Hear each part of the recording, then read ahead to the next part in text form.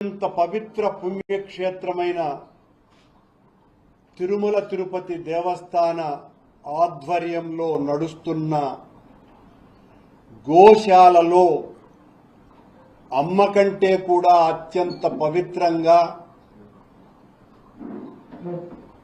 సకల దేవతల స్వరూపిణి అయినటువంటి గోమాతకి మహాపాతకం గోశాలలో జరుగుతున్నది. ఎంత దారుణమైనటువంటి పరిస్థితి దాపురించింది అంటే, మా ప్రభుత్వంలో హైందవ ధర్మాన్ని కాపాడుతాం, హిందూ ధర్మ పరిరక్షణకు కట్టుబడి ఉంటాం, తిరుమల పవిత్రతను కాపాడటమే ధ్యేయంగా పాప ప్రక్షాళన చేస్తామని చెప్పినటువంటి చంద్రబాబు నాయుడు గారు పవనానంద స్వాముల వారి ఆధ్వర్యంలో నడుస్తున్నటువంటి ఈ ప్రభుత్వ ఆధ్వర్యంలో తిరుమల తిరుపతి దేవస్థానం వారి గోశాలలో గత 3 నెలలుగా దాదాపు 100కు పైగా గోవులు మృతి చెందుతున్నాయి. దీన్ని దాచిపెట్టేసినారు. ఎంత దారుణమైనటువంటి పరిస్థితి అంటే, గోవును తాకితేనే, గో ప్రదక్షిణ చేస్తేనే సకల తీర్థాలలో స్నానమాచరించినట్టుగా, సకల తీర్థాల దర్శనమైనట్లుగా భావించేటువంటి ఈ పవిత్ర భారతావనిలో, అది కూడా అత్యంత పవిత్ర పుణ్యక్షేత్రమైన వెంకటేశ్వర స్వామి ఆలయ పరిరక్షణలో సాక్షాత్తు వెంకటేశ్వరునికే స్వయంభూగా శ్రీ మహావిష్ణువు ఈ తిరుమల క్షేత్రం మీద అడుగిడినప్పుడు, దాక్కుని పుట్టలో ఉన్నప్పుడు గో క్షీరదమే ఆయనకు ఆహారంగా మారిందే. ఆ గోవును పరిరక్షించటానికే, ఆయన కాపాడటానికి ఆ రోజున ఓ గొల్ల వ్యక్తి ఆ ఆవును కొట్టడానికి పోతే గొడ్డలితో దాన్ని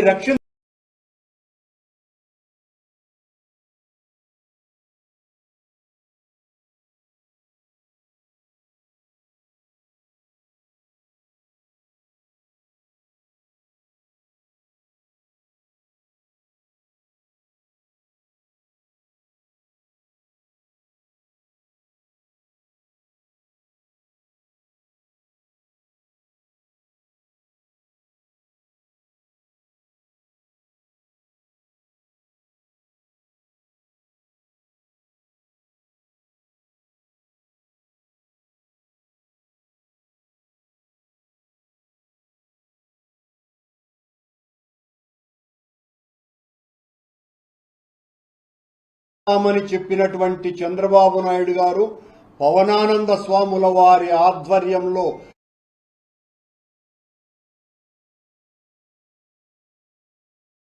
పవిత్ర పుణ్యక్షేత్రమైన వెంకటేశ్వర స్వామి ఆలయ పరిరక్షణలో సాక్షాత్తు వెంకటేశ్వరునికే స్వయంభూగా శ్రీ మహావిష్ణువు ఈ తిరుమల క్షేత్రం మీద అడుగిడినప్పుడు, దాక్కుని పుట్టలో ఉన్నప్పుడు గో క్షీరదమే ఆయనకు ఆహారంగా మారిందే. ఆ గోవును పరిరక్షించటానికే, ఆయన కాపాడటానికి ఆ రోజున ఓ గొల్ల వ్యక్తి ఆ ఆవును కొట్టడానికి పోతే గొడ్డలితో దాన్ని రక్షించటానికి పోయి సాక్షాత్తు శ్రీ మహావిష్ణువుకే గాయమైనటువంటి సంఘటన మన పురాణాలన్నీ తెలుపుతున్నాయి. అది గోమాతకున్నటువంటి విశిష్టత. సాక్షాత్తు వెంకటేశ్వర స్వామి ఆలయ తలుపులు తెరిచేటువంటి వ్యక్తి కూడా గో సంరక్షకుడు. అంతగా గోవులతో అన్యోన్య బాంధవ్యం ఉన్నటువంటి తిరుమల క్షేత్రంలో, అది నడిపేటువంటి గోశాలలో గోవుల దుస్థితి ఎలా ఉంది అంటే, మీరు చూడండి, చనిపోయినటువంటి ఆవులు ఎన్ని ఉన్నాయో, మచ్చుకు కొన్ని మాత్రమే గత 3 నెలలుగా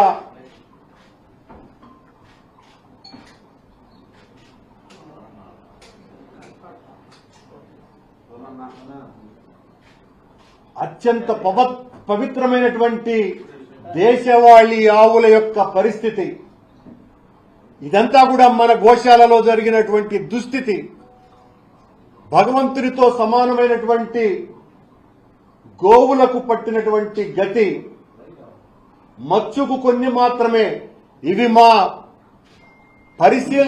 పరిశోధనలో దొరికినటువంటివి మాత్రమే. ఇవి కాకుండా ఎన్నో ఆవులు మరణించినాయి. దిక్కుమొక్కు లేకుండా వాటిల్ని కనీసం పోస్ట్ మార్టం చేయకుండా ఎందుకు చచ్చిపోయినాయో అనేటువంటి విషయాలను కూడా మరుగున పరిచి దాదాపు ఈ 3 నెలల్లో దాదాపు 100కు పైగా దేశవాళీ ఆవులు మరణించినాయి. ఈ మహాపాతకం తిరుమల తిరుపతి దేవస్థాన అధికారుల పర్యవేక్షణ లేకుండా ఈ రాష్ట్ర అధినేతలకు ఊడిగం చేయడానికే వీళ్ల పాలనంతా కూడా సరిపోవటంతో అక్కడ పర్యవేక్షణ అధికారే లేకుండా పోవటం కారణంగా ఓ డిఎఫ్ఓ స్థాయి ఫారెస్ట్ అధికారిని ఇన్ఛార్జిగా నియమించినారు గోశాలకి. ఆ గోశాలకు నియమించినటువంటి అధికారికి గోవుల పరిరక్షణకు ఏ రకమైనటువంటి సంబంధము లేదు. ఈ రకంగా ఇంత దారుణాలు జరుగుతున్నాయి. వీట్ల మీద వెంటనే విచారణ జరిపించాల్సినటువంటి అవసరం ఉన్నది. ఇంత దారుణం ఈ కొండ మీద ఈ పరిపాలకుల యొక్క దాస్తీకానికి అత్యంత పవిత్రమైనటువంటి మన తల్లి కంటే కూడా గొప్పదైనటువంటి అమ్మ గోమాతకు జరుగుతున్నటువంటి ఘోరం ఇది. సనాతన వైదిక సంస్కృతి సాంప్రదాయాలలో గోవుకున్నటువంటి స్థానం అపూర్వమైనటువంటిది. వేదభారతి గో విజ్ఞానానికి, గోవుపై ఆధారిత వ్యవసాయానికి పెద్దపీట వేసింది. తరతరాలుగా ప్రకృతి పరిరక్షణకు ఆవు పేడతోనే అలకాలని మన పెద్దలు చెప్పినారు. ఆవు పేడ వల్ల విష క్రిమికీటకాదులు దూరమవుతాయి, పవిత్రత సిద్ధిస్తుంది. గోమూత్రం ఆరోగ్యప్రదాయకం. గృహాదులు నిర్మించుకున్నా, పండుగ పబ్బాలు జరుపుకున్నా ఆ ప్రాంతంలో గోవు తన దూడతో గ్రాసాన్ని తింటేనే ఆ గృహమంతా పావనమైపోతుంది అన్నటువంటి భావన మన హిందువులది. సకల దేవతా స్వరూపమైన గోవు తల్లితో సమానమైనటువంటిది. అందుకే తల్లిపాలు అందని పసిపిల్లలకు అమృతం గోక్షీరం. వేదం గోవు యజమాని పట్ల చాలా వాత్సల్యంతో ఉంటుందని తెలియచేసింది కూడా. ఇంతగా గోవు పట్ల సనాతన ధర్మం మనకు బోధిస్తున్నది.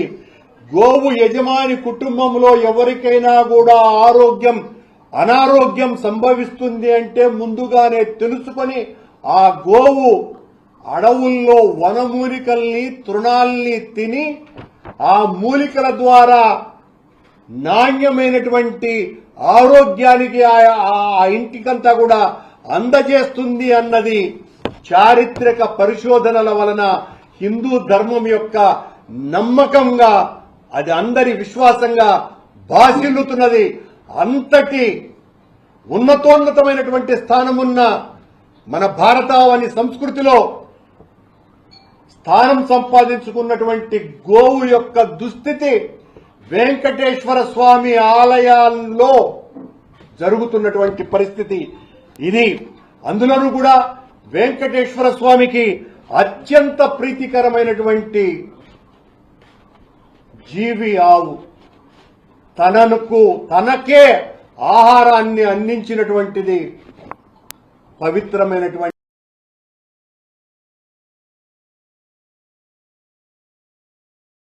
ఆ తల్లి. ఈ భూముల మీద ఆయన తపస్సు చేసుకుంటున్నప్పుడు ఆ పుట్టలో ఆయనకు పాలిచ్చి పోషించినటువంటిది ఆ ఆవు. ఆ ఆవు పట్లనే ఎంత నిర్లక్ష్య ధోరణితో ఈ ప్రభుత్వం వ్యవహరిస్తున్నది అనటానికి ఇంతకంటే సాక్ష్యం మరొకటి లేదు. ప్రతిరోజు కూడా సుప్రభాత సేవలో వెంకటేశ్వర స్వామికి జరిపేటువంటి సుప్రభాత సేవలో వెన్న తయారుగా ఉన్నది లేవు స్వామి అన్నది ప్రధానమైనటువంటి పాఠం ఆ సుప్రభాత సేవలో. ఆ స్తోత్ర పఠనంతోనే స్వామి యోగ నిద్ర నుంచి మేలుకుంటాడు. మేలుకున్న వెంటనే గోపాలుడు తలుపు తీసిన తరువాత వెంకటేశ్వర స్వామికి వెచ్చని పాలని ఆవు పాలతో చేసినటువంటి వెన్నని నైవేద్యంగా నివేదనగా ప్రతి నిత్యము ఇచ్చేటువంటి సాంప్రదాయం మన దేవాలయంది. అలాంటి దేవాలయం సంరక్షణలో ఉన్నటువంటి గోమాతకు జరుగుతున్నటువంటి అన్యాయం అంతా ఇంత కాదు. మా పాలనలో దాదాపు 550 ఆవులను, అత్యంత నాణ్యమైన ఉన్నతమైన ఆవులను, సాహివాల్, గిర్, కాంక్రీజ్ ఇలాంటి ఆవులని దాతల ద్వారా సమీకరించి గుజరాత్, రాజస్థాన్ ఇలాంటి పంజాబ్ నుంచి ఆ ఆవులను దాతల ద్వారా సమీకరించి వెంకటేశ్వర స్వామికి అనునిత్యము 1500 లీటర్ల పాలును అన్నప్రసాదాల వినియోగం కోసమని, అక్కడ జరిగేటువంటి అనేక కైంకర్యాల కోసమని ఈ స్వచ్ఛమైనటువంటి ఆవులతోనే స్వామివారికి నివేదన చెయ్యాలా అన్నటువంటి మహత్తరమైనటువంటి ఆలోచనతో మా జగన్మోహన్ రెడ్డి గారి పాలనలో ఆలోచన చేసి 550 ఆవులని రైల్వే మంత్రితో నేరుగా ఆనాటి అధికారులు చర్చించి రైల్వే వ్యాగన్ల ద్వారా వాటిని ఇక్కడికి తరలించి వాటిల సంరక్షణ కోసమని పెద్ద ఎత్తున మేము కార్యక్రమాలు చేస్తే ఆ ఆవులకు పుట్టిన దూడలు, ఆ ఆవుల దుస్థితి ఈ రకంగా ఉన్నది. మా పాలనలో రోజు 1500 లీటర్ల పాలు సమీకరించే పరిస్థితి ఉంటే ఈ రోజున 500 లీటర్లు కూడా కొండకు తరలి వెళ్లటం లేదు గోశాల నుంచి. ఇది పరిస్థితి. అక్కడ ఉన్నటువంటి అధికారుల పర్యవేక్షణ పూర్తిగా పోయింది. లేగ దూడలను పట్టించుకునేవాడు లేడు, చూడి దూడలను పట్టించుకునేటువంటి వాడు లేడు. మాయ బిడ్డలు కన్నప్పుడు వస్తే ఆ మాయను ఏం చేయాలో తెలియదు. ఆ మాయ యొక్క కంపు కొడుతూ ఉంటే అక్కడికి వచ్చేటువంటి భక్తులు తట్టుకోలేక విపరీతమైనటువంటి ఇబ్బందులు పడుతున్నారు. ఆవులకు పెట్టేటువంటి గ్రాసం అత్యంత పవిత్రమైనదేనని అందరూ వెండి పళ్ళాలలో సమర్పించుకుంటూ ఉంటే అక్కడ అనువైనటువంటి పరిస్థితులన్నీ కూడా ఉన్నప్పటికీ కూడా గోశాలలో వీళ్ల నిర్వాహకం కారణంగా చెత్తను వేసినట్టుగా ఆవుకు వేసేటువంటి గ్రాసం ఈ రోజున అక్కడ వేస్తున్నారు. ఆ ఆవులలో ఒక ఆవు, అందులోనూ కూడా అత్యంత ముఖ్యమైనటువంటి సాహివాల్ ఆవు గత కొద్ది రోజుల క్రితం నిండు చూలాలు పూర్ణ గర్భవతి అయినటువంటి ఆ గోమాత వీళ్ల దగ్గర నుంచి గోశాల నుంచి తప్పించుకొని వెళ్లి నేరుగా రైలు కింద పడి తల్లి బిడ్డ మరణించినాయంటే ఎంతగా వీటిల మీద పర్యవేక్షణ కరువైంది. దాని చెవులకు ట్యాగులు వేస్తారు. ఆ ట్యాగును కూడా ఆ చెవులు కత్తిరించేశారంట అధికారులు, అక్కడ ఉన్నటువంటి సిబ్బంది. అది టీటీడీకి సంబంధించింది కాదు అని తేల్చటానికి ప్రయత్నం చేసినారు. ఇంత పవిత్రమైనటువంటి ఆవు పట్ల ఎంత నిర్లక్ష్యంగా వ్యవహరిస్తున్నది. ఆనాటి మా ప్రభుత్వం, జగన్మోహన్ రెడ్డి గారి ప్రభుత్వం, స్వామివారికి అనునిత్యము కూడా ఈ దేశవాళీ ఆవుల నుంచే నెయ్యిని సరఫరా చేయాలన్నటువంటి సమున్నతమైనటువంటి ఆలోచనతో అనునిత్యము 100 కేజీల నెయ్యి తయారు కావటానికి 50 కేజీలు ధూపదీప నైవేద్యాలకు, 50 కేజీలు అన్నప్రసాదాలకు వాడటం కోసమని మేము ఈ దేశవాళీ ఆవులను తీసుకొని వచ్చి తద్వారా ఈ నెయ్యిని సరఫరా చేయాలా అనేటువంటి కార్యక్రమానికి దానికి సంబంధించి మేం బైలోనా మెథడ్ లో, అంటే కవ్వం ద్వారా చిలికేటువంటి సాంకేతిక పద్ధతి ద్వారా దాదాపు 5 కోట్ల రూపాయలు వెచ్చించి దానికి సంబంధించినటువంటి కార్యక్రమాలను కూడా మేము చేస్తే దాన్ని పట్టించుకునేటువంటి నాథుడు కూడా లేడు. పూర్తిగా దేశవాళీ ఆవులతోనే ఉదయంన ఈ నైవేద్యాలకు రోజంతా కూడా ధూపదీప నైవేద్యాలకు ఆ నెయ్యిని వాడాలని మేము నిశ్చయించి దానికి సంబంధించినటువంటి కార్యక్రమాలు అక్కడ చేస్తే ఇప్పుడు దాదాపుగా పూర్తిగా వచ్చినా కూడా ఇంతవరకు కూడా దాన్ని పట్టించుకున్నటువంటి నాథుడు లేడు. ఎన్డీడీపీ వారి సహాయంతో దాదాపు 50 కోట్ల రూపాయలతో సహాయంతో మేము ఈ సాహివాల్, గిర్, కాంక్రీజ్, బాహుబలి ఇలాంటి ఆవుల పునరుత్పత్తి కేంద్రాన్ని ఏర్పాటు చేస్తే దానికి సంబంధించి దాదాపు వర్క్ పూర్తి కావచ్చినా కూడా ఈ పాలకులు వచ్చిన తర్వాత, చంద్రబాబు గారి ప్రభుత్వం వచ్చిన తర్వాత దాని పర్యవేక్షణ లేదు. దాన్ని ఏ రకంగా పూర్తి చేయాలో తెలియకుండా అధ్వాన్నకరమైనటువంటి పరిస్థితుల్లోకి నెట్టివేశారు. ఉత్తమోత్తమైనటువంటి ఆ బ్రీడింగ్ సిస్టమ్ ద్వారా గో ఆధారిత అంటే ఫెర్టిలైజర్స్ లేకుండా చేసి గో ఆధారిత పంటల్ని ఉత్పత్తులు చేయటానికి ఆంధ్ర రాష్ట్రంలో ఒక సరికొత్త ఉద్యమాన్ని వెంకటేశ్వర స్వామి ఆలయం ద్వారా చెయ్యాలన్నటువంటి తపనతో ఆనాడు వైఎస్ జగన్మోహన్ రెడ్డి గారి పాలనలో బోర్డు అధికారులు అంతా కూడా తలచి ఈ ఎన్డీడీబీ ద్వారా సాక్షాత్తు ఎన్డీడీబీ చైర్మన్ ని తిరుపతికి పిలిపించి ఆయనతో మాట్లాడి ఈ రకమైనటువంటి ప్లాంట్ను ఏర్పాటు చేసి సెంటర్ ఆఫ్ ఎక్సలెన్స్ ఏర్పాటు చేయడానికి మేము ప్రయత్నం చేస్తే దాదాపు 48 కోట్లు దాని మీద వెచ్చించాలని నిర్ణయించినారు. వాళ్లే ఇవ్వటం కూడా జరిగింది, ఎన్డీడీపీ వాళ్లే. కానీ ఈరోజు దాని పరిస్థితి ఏంటి? చివరకు ఆవులకు ఈ గతి పట్టించేటువంటి పరిస్థితి తెచ్చినారు.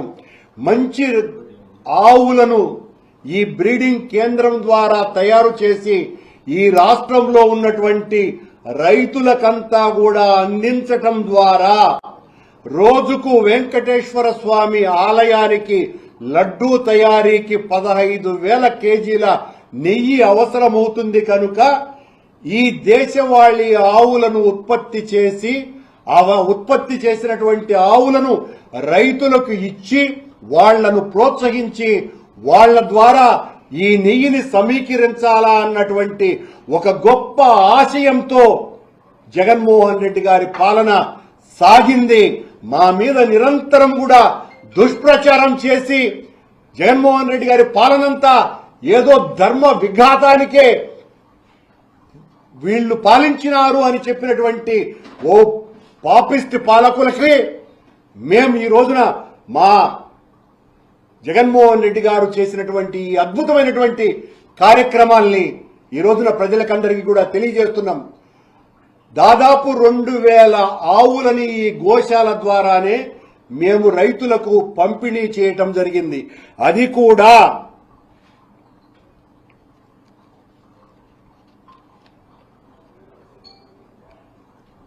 కూడా రైతులకు సంబంధించినటువంటి సాధికారిక సంస్థ ద్వారా ఈ ఆవులన్నింటినీ కూడా మేము అందించటం జరిగింది. ఆ ఆవులన్నింటినీ కూడా అద్భుతంగా ఆ రైతులు పోషిస్తున్నారు. ఈ రకంగా ఒకవైపున 15,000 కేజీల నెయ్యిని ఉత్పత్తి చేయటం కోసమని ఈ బ్రీడింగ్ సెంటర్ని ఏర్పాటు చేసినాం. మరోవైపున స్వామివారికి 60 కేజీల నెయ్యి ధూపదీప నైవేద్యాలకి, అన్నప్రసాదాలకి వాడటానికి ఉత్పత్తి కేంద్రాన్ని బైలోనా మెథడ్లో ఏర్పాటు చేసేటువంటి కార్యక్రమానికి శ్రీకారం చుట్టినాం. మా పాలనలోనే, మా నాయకుడు జగన్మోహన్ రెడ్డి గారి పాలనలోనే చరిత్రలోనే మొట్టమొదటిసారిగా నవనీత సేవను స్వామివారికి అనునిత్యము వెంకటేశ్వర స్వామి సుప్రభాత సేవ తరువాత వాడేటువంటి నవనీతాన్ని శ్రీవారి సేవకుల ద్వారా వెన్నను చిలికి అక్కడ 8 ఎకరాల స్థలంలో దాదాపు 40 గిరి ఆవులను పెంచటం జరుగుతున్నది మా పాలనలో. ఆ 40 ఆవుల ద్వారా వచ్చినటువంటి పాలను కాచి దాన్ని ఆ కవ్వంతో చిలికించి ప్రతిరోజు కూడా ఆ పాలతోనే ఈ రోజున నవనేత సేవ అనేటువంటి అత్యంత పుణ్యమైనటువంటి కార్యక్రమం. అంతవరకు కూడా వెన్న బయట నుంచి కొనేవాళ్లు. మా పాలనలోనంటే జగన్మోహన్ రెడ్డి గారి హయాంలోనే ఈ నవనీత సేవ అనేటువంటి కార్యక్రమానికి శ్రీకారం చుట్టాం. అది వెంకటేశ్వర స్వామి ఆలయం పట్ల జగన్మోహన్ రెడ్డి గారికి ఉన్నటువంటి చిత్తశుద్ధి, ధర్మ పరిరక్షణకి, గోమాత పరిరక్షణకి, గోవుల సంరక్షణకి, గో ఆధారిత పంటలను ఉత్పత్తి చేయడానికి, గోవులను మరింతగా పెంపొందించి రైతులందరికీ కూడా ఇచ్చి తద్వారా ఉన్నతమైనటువంటి నాణ్యమైనటువంటి దేశవాళీ నెయ్యిని భవిష్యత్తులో 15,000 కేజీలను తీసుకొని వచ్చేటువంటి బృహత్తర కార్యక్రమాలకు శ్రీకారం చుట్టే చంద్రబాబు నాయుడు, పవనానంద స్వాముల వారు మా మీద గరళం చిమ్మి విషవాయువులు ఊది జగన్మోహన్ రెడ్డి గారి పాలనంతా కూడా భ్రష్టు పట్టించినారు వెంకటేశ్వర స్వామి ఆలయాన్ని అని చెబితే ఆ ప్రసార మాధ్యమాలు ఆయన్ను మోసేటువంటి, వీళ్లను మోసేటువంటి ప్రసార మాధ్యమాలు అత్యంత నీచంగా మా మీద దాడి చేసినాయి. వాస్తవాలు ఇవి.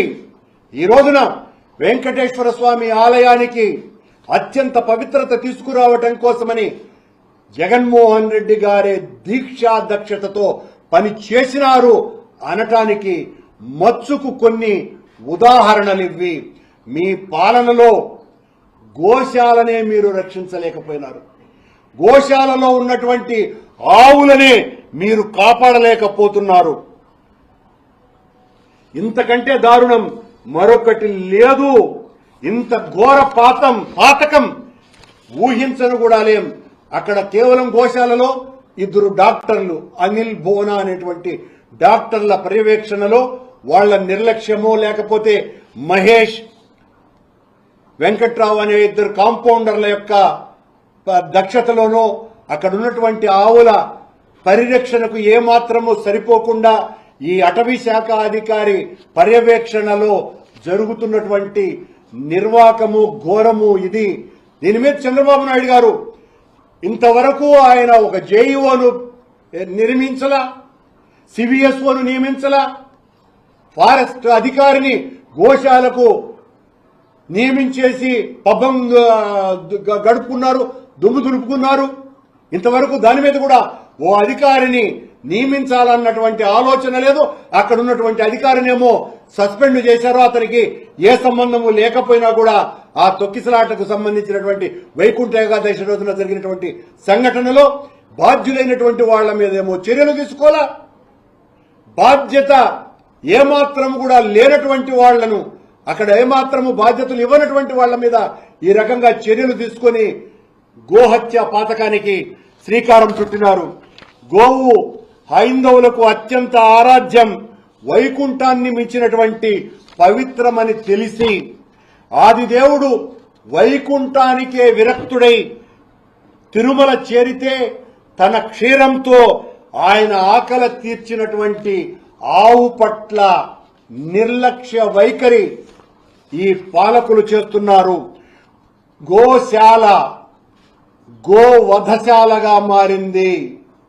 గోశాల గోవధశాలగా మారింది. సనాతన ధర్మపు ముసుగులో ఆ మిథ్యావాదంతో గోవుల్ని వధ్యశలకు బలి చేస్తున్నారు ఈ పాలకులు.